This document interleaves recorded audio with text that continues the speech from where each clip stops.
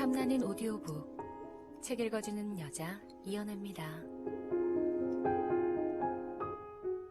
심혜경 에세이, 카페에서 공부하는 할머니.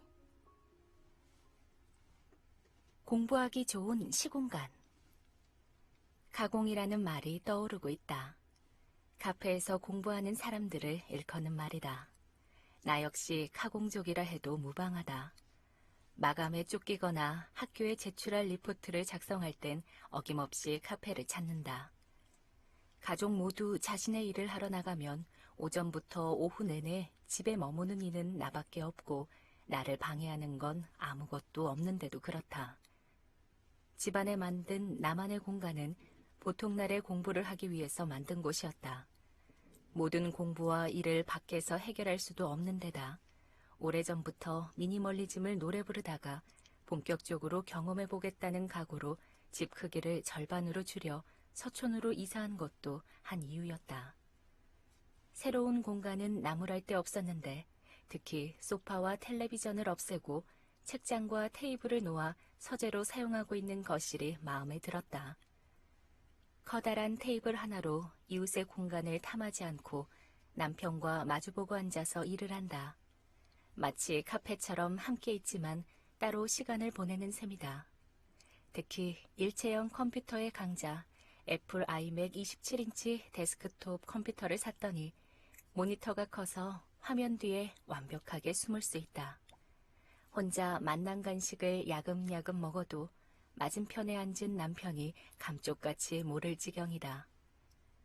아침이 되면 남편과 아이들이 모두 나가고 이 매력적인 집은 온전히 나만의 것이 된다. 대개는 자기만의 공간을 만들면 그 자리에 자꾸만 앉아 공부하고 싶어진다고 하는데 나는 왜 그러지 못할까? 아마도 집에선 목 늘어진 티셔츠에 트레이닝 바지를 입고 세수도 생략한 채 어슬렁거리는 걸 좋아하는 뼛속까지 귀차니즘을 장착한 사람이라서 그런 것 같다. 번역 작업을 하다가 넓은 모니터 화면을 앞에 두고 안락한 의자에 몸을 실은 채 유유자적하며 책을 읽을 때도 있다. 그러니 뭔가 제대로 해야 되겠다 싶은 일이 있으면 어느 카페를 갈 것인지부터 고른다. 행선지를 정하고 나면 그대로 나가지는 못하니 최소한 외출이 가능한 차림으로 집을 나선다. 집순이 모드에서 출근하는 직장인 모드로 전환하는 순간이다. 정재승 박사의 12발자국은 창의적인 발상이 필요한 문제와 단순히 집중력만 필요한 문제를 풀게 하는 실험 이야기가 나온다. 집중력이 필요한 문제를 풀 땐 천장의 높이가 가장 낮은 2.4m였을 때 성과가 제일 좋았고 추상적인 두 개념을 이어야 하거나 어떤 문제를 다른 각도에서 바라봐야 하거나 창의적인 아이디어가 필요할 땐 천장의 높이가 가장 높은 3.3m에서 최상의 성과가 나왔다고 한다. 사람들마다 카페를 좋아하는 이유야 제각각이겠지만 나는 트인 공간이 주는 공공성을 즐긴다. 혼자 있음에도 외롭지 않고 여럿이 함께 있지만 따로 시간을 보낼 수 있어 좋다. 아무도 나를 쳐다보지 않지만 내 마음대로 행동할 수 없는 약간의 제약이 뒤따르는 그 장소성이 내 자세와 태도를 바로잡아줘서 더 좋다. 그렇게 절반쯤 공적인 장소에서 자신의 모습을 돌아보며 공부하고 작업하는 것은 생산적일 수밖에 없다. 그래서 작업의 속도를 내고 싶으면 카페에 간다. 원고 마감이 코앞으로 다가오면 발길이 저절로 카페로 향한다. 일하다가 갑자기 멀쩡하게 잘 정리된 그릇장의 그릇들이나 싱크대 서랍을 다시 정리하고 싶어질 때도 카페에 간다. 집은 완전히 사적인 공간이어서 너무도 편안한 나머지 딴짓을 할 가능성이 다분하다. 꼭 필요한 집안일이 아닌데도 일을 만들어 딴짓을 하고 싶다. 그렇다 싶으면 공간을 바꿔주는 게 낫다. 마음에 드는 카페가 있다면 카페가 아니더라도 집중이 잘 되는 곳이 있다면 그곳이 자기만의 방이다. 맑은 공기를 들이마시며 짧은 산책 후 도착하는 경복궁역 근처 던킨도너츠의 문 옆자리. 작년까지 내가 부지런히 드나들었던 동네 카페 이를 케이크의 창가 자리. 한낮 오후에 당이 떨어질 때면 우주 최강의 머핀 냄새로 나를 유혹하던 카페 고로롱. 던킨 도너츠와 함께 내가 지극히 사랑하였으나 오래전에 사라지고 없는 나의 카페들은 그렇게 마감을 하는 장소로 자리 잡았다. 집과 직장, 학교 등의 바깥 생활 공간 사이로 스쳐 지나가는 공간이나 완충지대로 카페를 활용하기도 한다. 한 공간에서 다른 공간으로 이동하면서 분위기와 기분을 전환하는 것이다. 물론 커피값이 아깝지 않을 정도로 본전은 뽑아야 한다. 커피 한 잔 마시며 앉아서 공부하고 책을 읽거나 뜨개질, 그림 그리기까지 하면 이 또한 좋지 아니한가. 이렇게 카페에서 취미, 독서, 공부를 가리지 않고 하다가는 언젠가 카페에서 마감을 못하고 놀기만 하는 날이 올지도 모르겠다.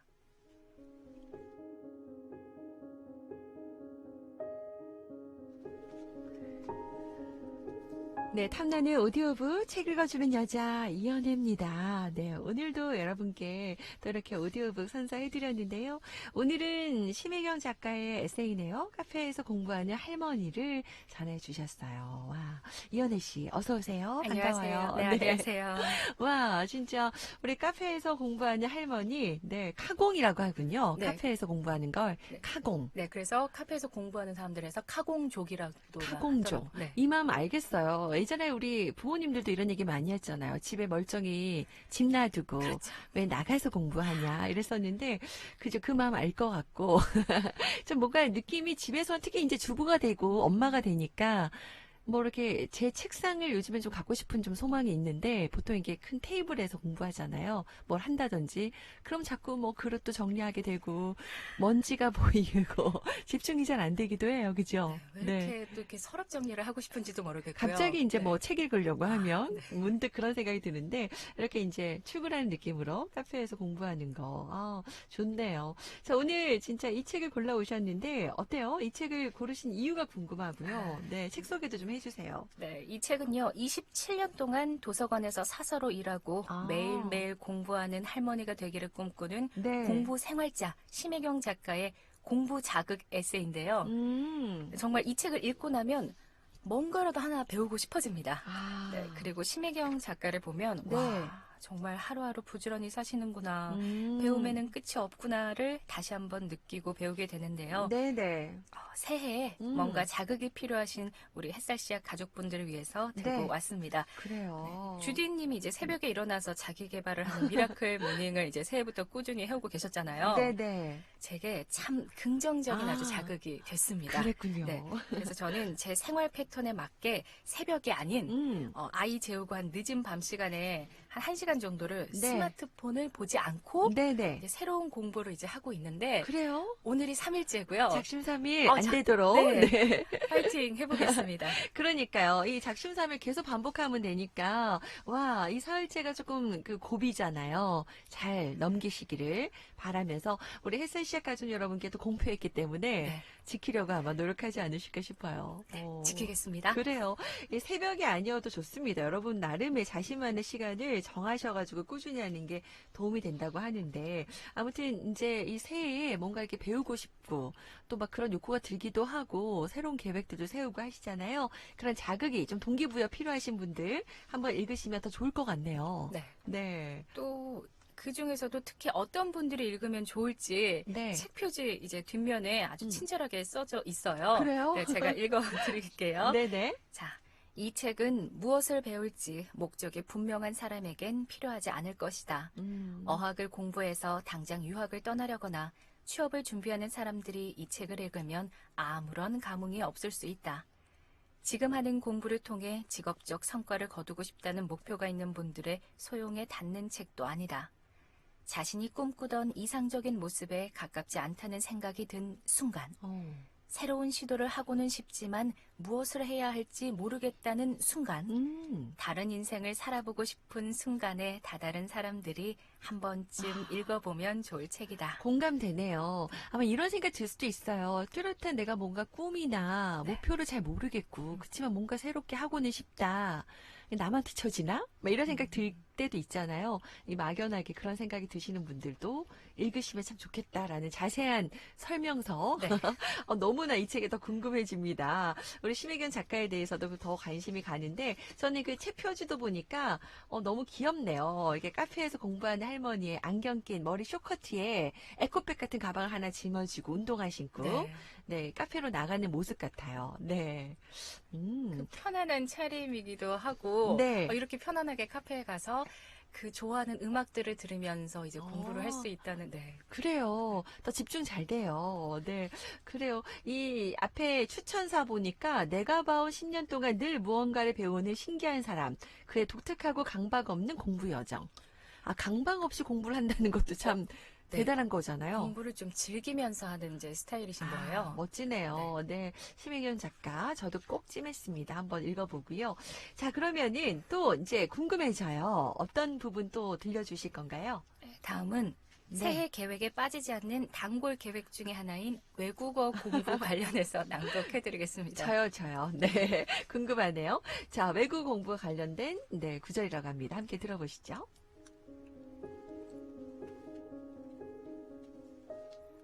당신이 외국어 공부를 계속하면 좋겠습니다.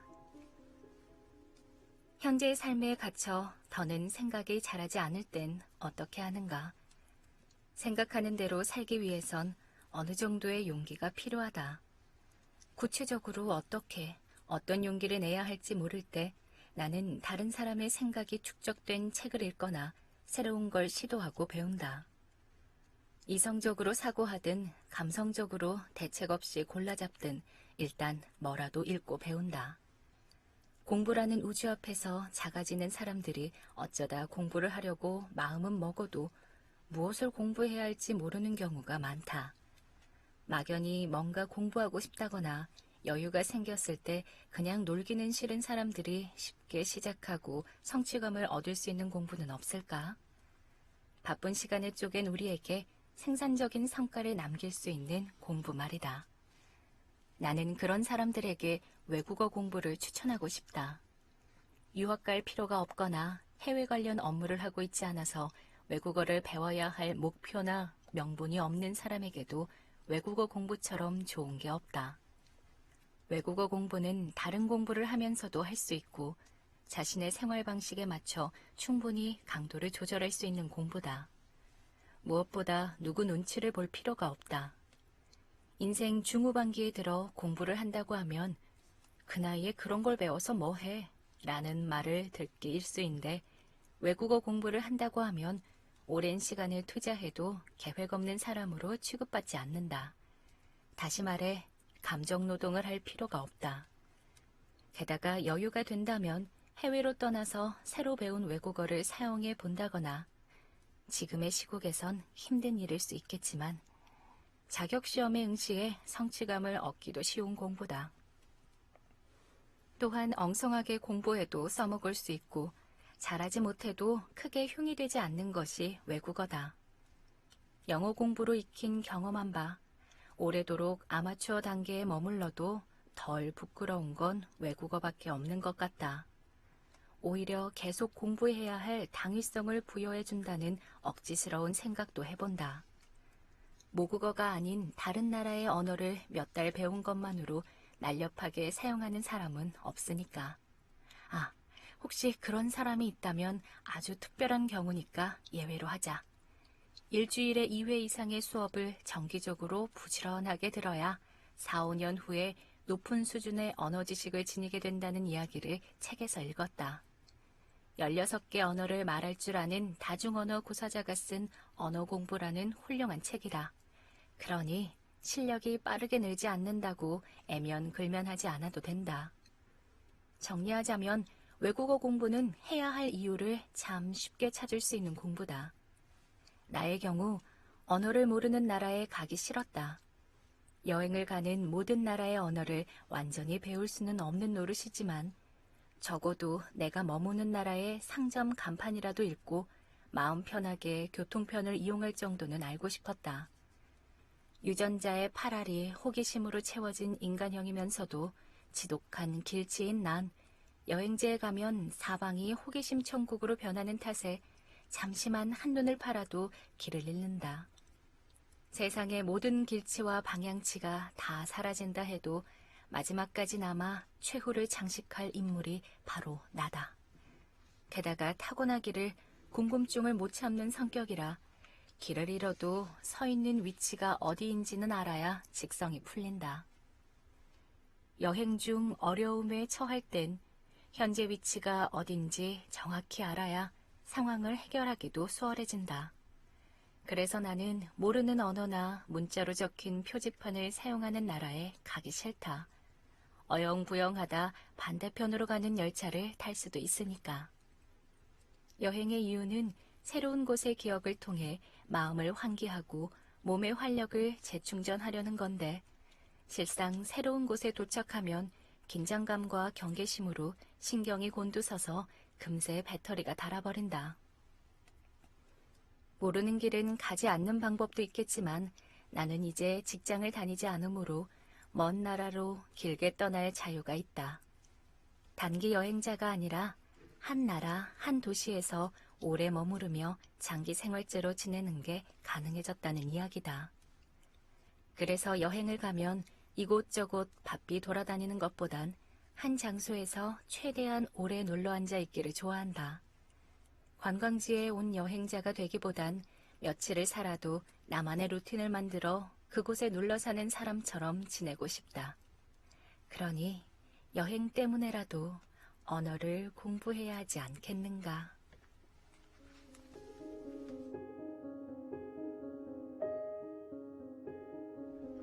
네, 당신이 외국어 공부를 계속하면 좋겠습니다. 라는 부분에 또 낭독을 해주셨어요.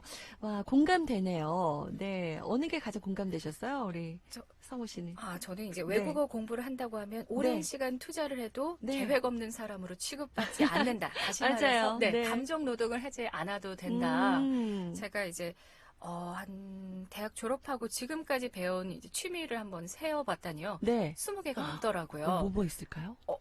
스킨스쿠버, 퀼트, 그다음 바이올린, 기타, 보컬 레슨 뭐 다양하게 네, 관심 많으셨군요. 다양하게 네. 했었는데요. 네. 그 중에서는 아니 자기 개발에 도움도 안 되는 걸 왜 배워 하면서 뭐라고 한 사람들도 많았었죠. 네. 그런데 유독 외국어는 아니었어요. 아, 나이가 좀 들어서도 어학연수를 간다고 해도 그래 그래. 그럴 수 있지. 음. 외국어는 배워두면 좋지 이렇게 하고 또 엉성하게 배워도 또 잘하지 못해도 써먹을 수도 있고요. 제가 이제 지난 여름에 이틀 정도 카페에서 알바할 일이 있었거든요. 네네. 너무 오랜만에 한 10년 만이라 저도 좀 긴장을 하고 있었죠. 그런데 이제 외국 이제 부부가 왔었는데 물어봐야 되는 거예요. 이게 안에서 먹고 갈 거면 명부 작성을 해야 되고 그 당시에는 가져갈 거면은 이제 네네. 안심코드를 안 해도 됐었는데요. 네. 물어봐야 되는데 다른 알바생이 머뭇머뭇 거리는 거죠. 네네. 저도 모르게 그 10년 전에 아. 제가 이제 어학연수 가서 배웠던 네. 알바하면서 배웠던 툭 나오는 네. 거예요. having here or take away 어. 너무 자연스럽게 나와서 네. 이게 언젠간 써먹는구나 느꼈습니다. 그래요. 진짜 배워두면은 다 쓸모 있다. 남 주는 거 아니다. 이렇게 얘기하는데, 저도 이렇게 배우는 게 취미여서 너무 이것저것 하고 싶은 게 왜 이렇게 많은지, 또 오래 못 가서 문제긴 하지만, 네. 그런 부분 좀 공감되고요. 맞아요. 우리 7097님도 요즘에 자극이 필요한 시기였는데, 이 책 저도 꼭 읽어야겠어요. 라면서 또 같이 공감을 해주셨습니다. 와. 자, 오늘 새해 들어서 지금 책 여러분께 전해드리고 있는데 많이 공감해 주시네요. 자, 마지막으로 전하고 싶은 메시지 전하면서 마무리해야 될 것 같아요. 네. 네, 이제 우물쭈물하지 말고 음. 뭔가 배우고 싶으시다면 네. 대충이라도 시작했다가 마음에 들면 그때 최선을 다하자는 저자의 말이 이제 전 참 좋았는데요. 네네. 오늘도 가랑비에 옷 젖듯이 무언가를 배우는 우리 햇살씨앗 가족분들을 응원합니다. 네. 자, 그럼 끝으로 책 속에 좋은 글귀 읽어드리면서 인사드릴게요. 네. 헛되이 보내버린 이 시간 안에 진실이 있다는 것을 마지막에 가서 우리가 깨닫게 되는 것. 그것이 바로 배움의 본질적인 성과다. 탐나는 오디오북, 책 읽어주는 여자 이연애였습니다.